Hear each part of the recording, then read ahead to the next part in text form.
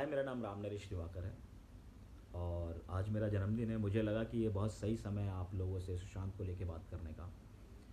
पिछले कई दिनों से जब से वो गुज़रा है और उसको लेके तरह तरह की थ्योरीज़ और स्टोरीज सामने आ रही हैं और कुछ लोग जो मानकर बैठ गए हैं कि डिप्रेस था उनके चाहने वालों के लिए। मैं आपको बता दूं, किसी के कहने से कोई डिप्रेस तो हो नहीं जाता हूँ।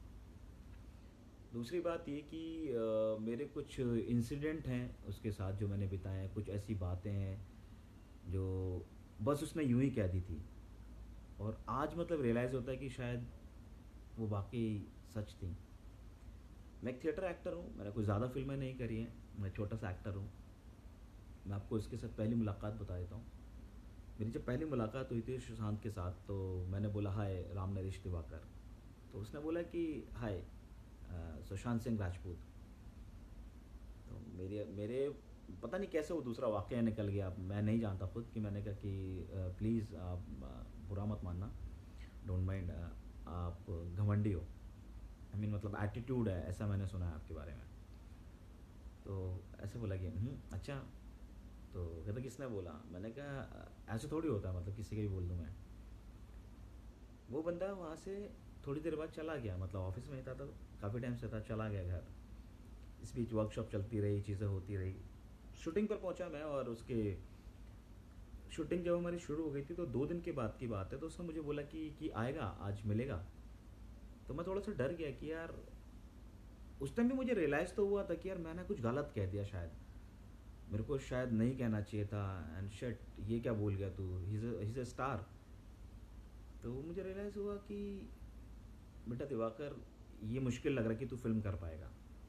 अब इधर तेरी ये कंप्लेंट करेगा तो इस फिल्म से बाहर। ये फिल्म आई और गई, बट कुछ नहीं हुआ। इस बीच में चलता रहा सब कुछ। शूटिंग पर पहुँचे, 2 दिन हुआ। 2 दिन के बाद उसने मुझे बुलाया शूटिंग स्टार्ट होने के बाद। कहता कि आज मिलेगा डिनर पर। मैं कहा हाँ ठीक है, आता हूँ। कहता तुझसे कुछ बात करनी है।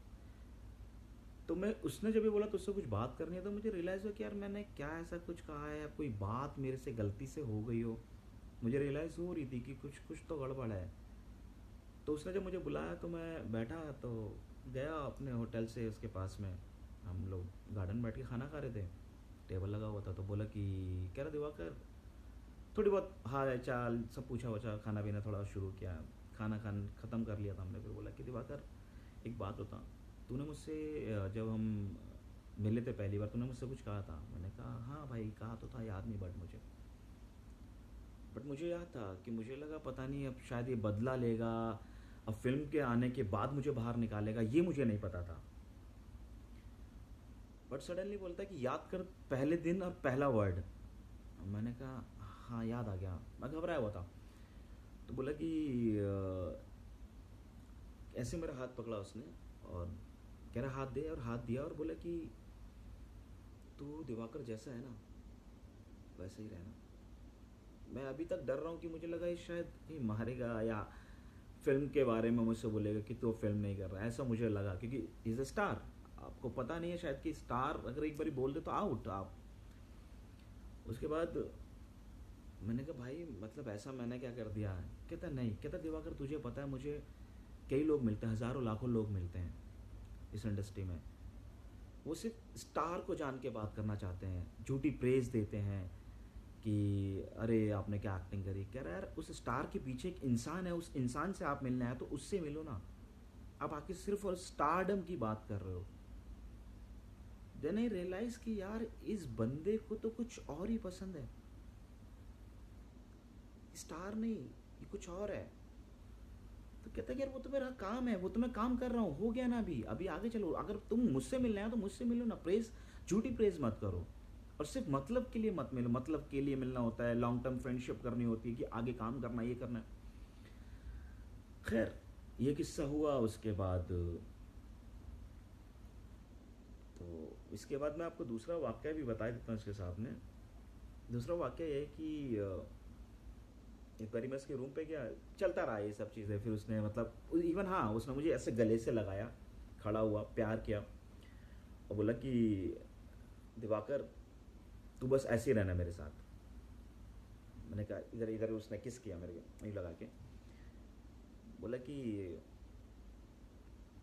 खैर दूसरा किस्सा बताता हूँ मैं आपको इसका।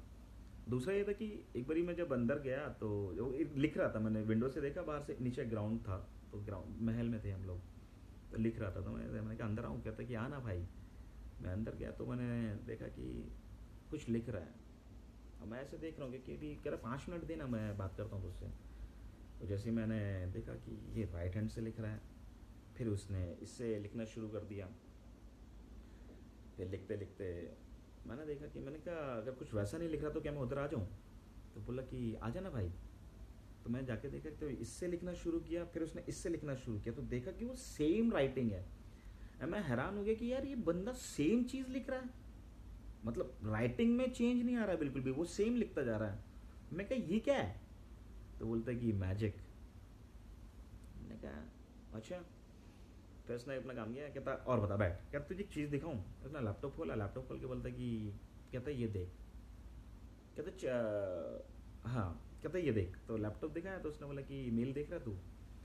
तो मैंने कहा हाँ, कौन है ये? तो कह रहा है कि, कहता है वर्ल्ड के ना टॉप 10 साइंटिस्ट हैं जिनसे मैं बात करता हूँ। मैंने कहा हाँ? कहता हाँ, 1-on-1 बात करता हूँ भाई, ये देख मेरा मेल देख देख, डायरेक्ट बात करता हूँ, पर्सनल चैट करता हूँ उनसे मैं। मैंने कहा पर्सनल चैट करता है?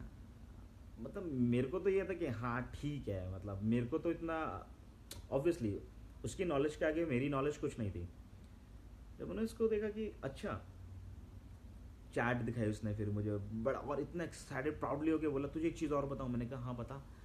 तो कहता तेरे को पता है कि नासा में बहुत बड़ी चीज़ हुई है? मैंने कहा क्या हुई है? कहता वर्ल्ड में सिर्फ 2 ही एक्टर हैं जिनकी फ़ोटो लगी हुई है नासा में। मैंने कहा किसकी? कहता है एक सुशांत सिंह राजपूत और एक आई थिंक टॉम हैंक्स, या आई थिंक एक्टर बोला तो मुझे लगा कि वही है, टॉम के कुछ ऐसा बोला।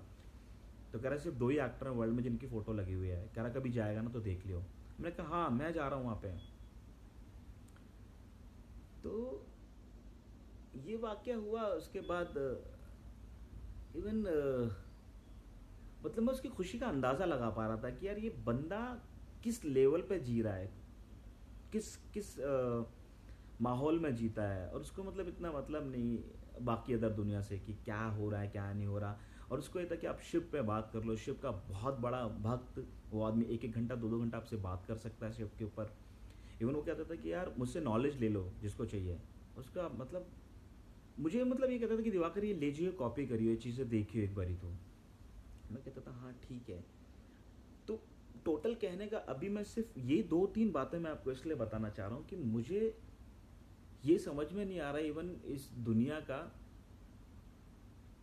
कि एक जो आदमी अपने ड्रीम्स पब्लिकली आपको 150 ड्रीम्स आपको बताता है कि ये मैं करने वाला हूँ, ये मैं करने चाहता हूँ। हाँ इवन उसने ये बोला मुझे कि तू आज अब से 5 साल बाद देखियो तेरा भाई कहाँ होगा। कहता तेरे भाई की डायरेक्ट बातचीत है साइंटिस्टों से। मैंने कहा अच्छा होगा ठीक है। तो मुझे एक चीज़ बताइए, क्या मतलब ऐसा आदमी जो ड्रीम्स रखता हो, क्या वो खुद मरने की कभी सोचेगा? कभी नहीं सोचेगा। मतलब दिमाग से ही वॉज आउटस्टैंडिंग, यूनिक, और एट द सेम टाइम ही वॉज अ प्योर सोल। और आप लोग उसे सिर्फ और सिर्फ डिप्रेशन, पागल, बाइपोलर ये बताने की कोशिश कर रहे हो। सर वो सुसाइड नहीं कर सकता है।